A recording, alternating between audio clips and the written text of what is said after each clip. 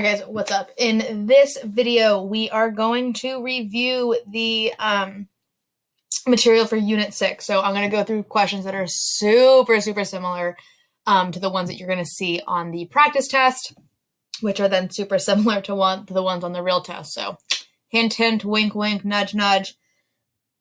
This video is going to be a great resource. Alright, number one, first things first. We just have numbers. So when we just have numbers, I want you to take that right to Desmos. Okay? You can input it exactly as you see it in Desmos. Okay? Don't waste your time trying to solve it by hand. Okay? Desmos. Desmos it up. When you plug it into Desmos, you are going to get that this simplifies to be 81.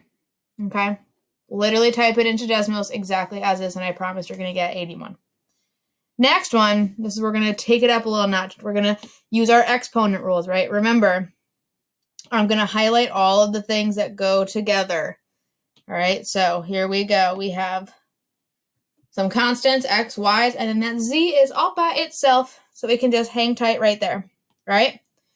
So 64 divided by 8, when we have our whole numbers, we treat those exactly like numbers. They're a little special, right? So we're just going to divide them. 64 divided by 8 gives me 8 over 1.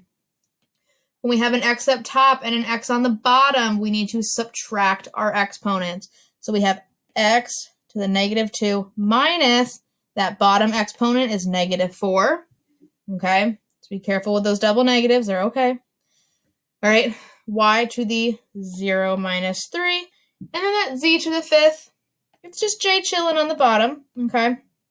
We don't have to do anything with it, all right? So when we look at our x's, we have this double negative situation going on, right? That double negative is going to turn into a positive. So up top, we have 8. Negative 2 plus 4 gives me x to the 2nd. 0 minus 3 gives me y to the negative 3. Down below, we just have that z to the 5th. We don't have to write that we're multiplying by 1, okay? Our last step, we still have this negative exponent, and I never, ever want to see a negative exponent, so you're going to have to go ahead and move that down below, and when you do that, you're left with 8x squared up top, y cubed, z to the 5th on the bottom, okay? Up next, we have a power to a power. We have these parentheses, and what operation do we always think of when we see parentheses? Multiplication. Okay, so we got to distribute this exponent, and since the entire fraction is in parentheses, that exponent goes to everything. All right, so we're going to have 2 to the 5th, x to the 2 times 5, y to the 3 times 5, x to the negative 3, y to the 3. Right? When you can't see an exponent, it's really a 1. So you can think of this as 1 times 3. All right? 2 to the 5th gives us 32. Oops, that was weird. 32. All right? 2 times 5 is going to give me x to the 10th. 3 times 5 gives me y to the 15th. Down below, I forgot to write that I'm multiplying by 5, and I don't know why I put a 3 with the y. Whoopsies. X to the negative 15, y to the 5th. Now we can simplify. We have x's on the top and the bottom, and we have y's on the top and the bottom, so we need to subtract those exponents. All right, we're going to have 32 up top, x to the 10 minus negative 15, y to the 15 minus 5 up top. We have nothing left down below, so we can get rid of our fraction. That double negative becomes a positive, so we get 32x to the 25th. Oh my goodness, that's so many. 15 minus 5 is going to give us y to the 10th. Okay. Another one. We are multiplying, and remember, basically what we're going to do here, I'm just going to highlight all the things that are like. So those whole numbers, we're going to deal with those at the same time. Our x's, we're going to deal with those. And then our y's, our whole numbers. I'm going to rewrite this so we have all of our like terms together, okay? X squared times x cubed, all right? Y to the 4th times y to the 6th, right? So all I did, I just regrouped things, all right? -2 times 4 gives me -8.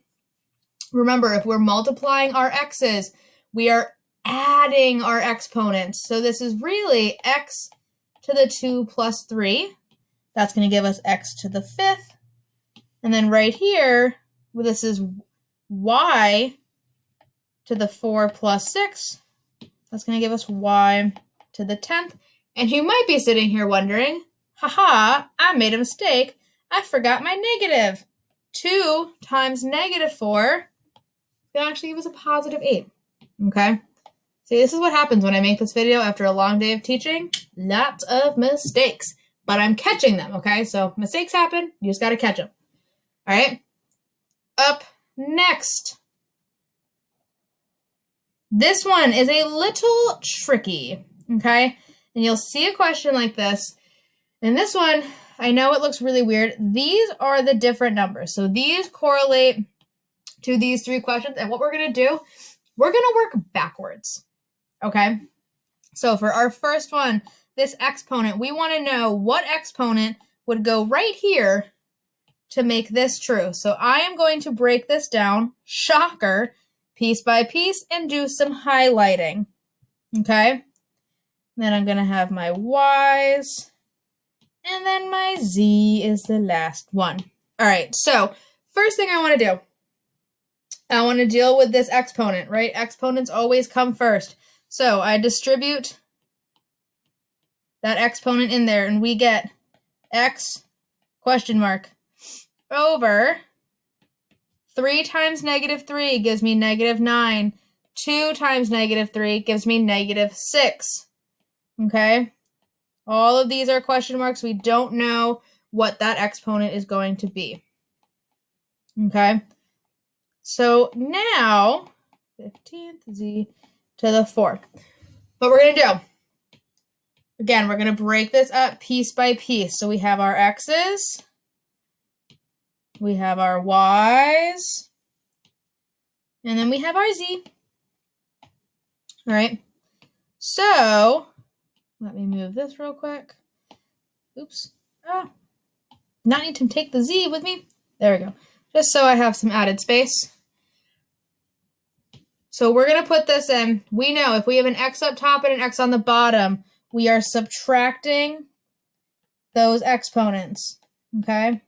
So if we look right here, just at our x, we want to know what, that double negative becomes positive, what plus 9 is going to equal 14. So question mark plus 9 equals 14. Think of that question mark like a variable. Subtract 9 from both sides. You find that that question mark equals 5. So that would say the value of that exponent has to be 5. All right. Similarly, let's look at our y's. Okay. Y to the question mark minus -6 equals y to the 15th. That double negative becomes positive. We want to know what plus 6 will give us 15. Subtract that 6 from both sides. We get that our question mark equals 9. Okay? Lastly, for our z's, we only have z to the question mark equals z to the 4th. We're not adding anything, nothing crazy here, so this tells us our question mark has to equal 4. All right? That's how you go about this one. If you want a more in-depth, better explanation, let me know, and I will offer you one. Okay? That is just kind of the quick break it down, work with your x's. Break it down, work with your y's. Break it down, work with your z's. Okay? All right. Only a few left. Now we're going into our radicals, all right? So when simplified, I want to know what is left under the square root. So I'm just going to go ahead, start breaking this down myself. 260. What is my favorite number to divide by? 2 because it's even, right? 260 divided by 2 gives me 130. 130 I can divide by 2. Okay, and that's going to give me 2 and 65. 65 I can divide by 5, and that gives me 13. Okay, I cannot break down the 5 and 13 any further. All right, so we have one group of 2, and then these 2 are lonesome. Okay, they're going to be stuck back inside. All right, now, got to break down these variables. X to the 7th, remember my little shortcut. 7 divided by 2 equals 3.5. So we're going to have an x to the cubed, x to the 3rd, also known as x cubed, on the outside. And then we have 1x left on the inside. That's what that remainder is telling us, okay? Same thing for our y's. 3 over 2 equals 1.5. So we're going to have a y on the outside and a y on the inside. All right. Our last one, z to the 6th. Oh, whoa, that was weird. I don't know what just happened on my screen. There we go. For z to the 6th, we're just going to do 6 divided by 2 equals 3. So that tells us we're going to have a y cubed on the outside and nothing left on the inside. Okay? Oh, that should be a z cubed. My bad. Jeez. Z cubed on the outside. And since that divided evenly, there's no remainder. Nothing's left over on the inside. So, putting all of this together, we have a 2 on the outside, x cubed, y, z cubed. All those orange pieces are going to be what is left inside. 5 times 13 equals 65. So we have 65 x, y. All right, and remember, our question was just asking for what is going to be left on the inside. So that would be right here, 65 x, y. Okay, that is what would be left over on the inside once that is simplified. All right, only 3 more, okay? This next one, we want to expand this. All right, so remember, if we were able to pull a 6 out, when we make our groups of 2, we pull out one member to the outside. So this time, we're reversing it. We want to go back inside, right? So if we have 1 6 on the outside, we really put 6 times 6 back on the inside. So under our square root, we'd have 11 times 6 times 6. And let me double check my math real quick in the calculator to make sure I'm not doing this wrong for you guys, because I cannot multiply all that stuff in my head at once. All right, that's going to give us the square root of 396. Okay. If you wanted to, you could double check and like reverse factor 396. Not factor. Okay, yeah, make a factor tree. And you would come out and find that it's going to factor as 6 root 11. All right. 2 more. Wow, is this video long? Okay. This one. Remember, we are able to multiply our radicals.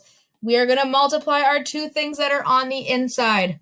Hypothetically, if we had numbers on the outside, we would multiply those together. So keep the things on the outside together and the things on the inside together. But we do not. Okay? So 12 times 5 we have under our square root. 12 times 5 is 60. But now we need to break it up.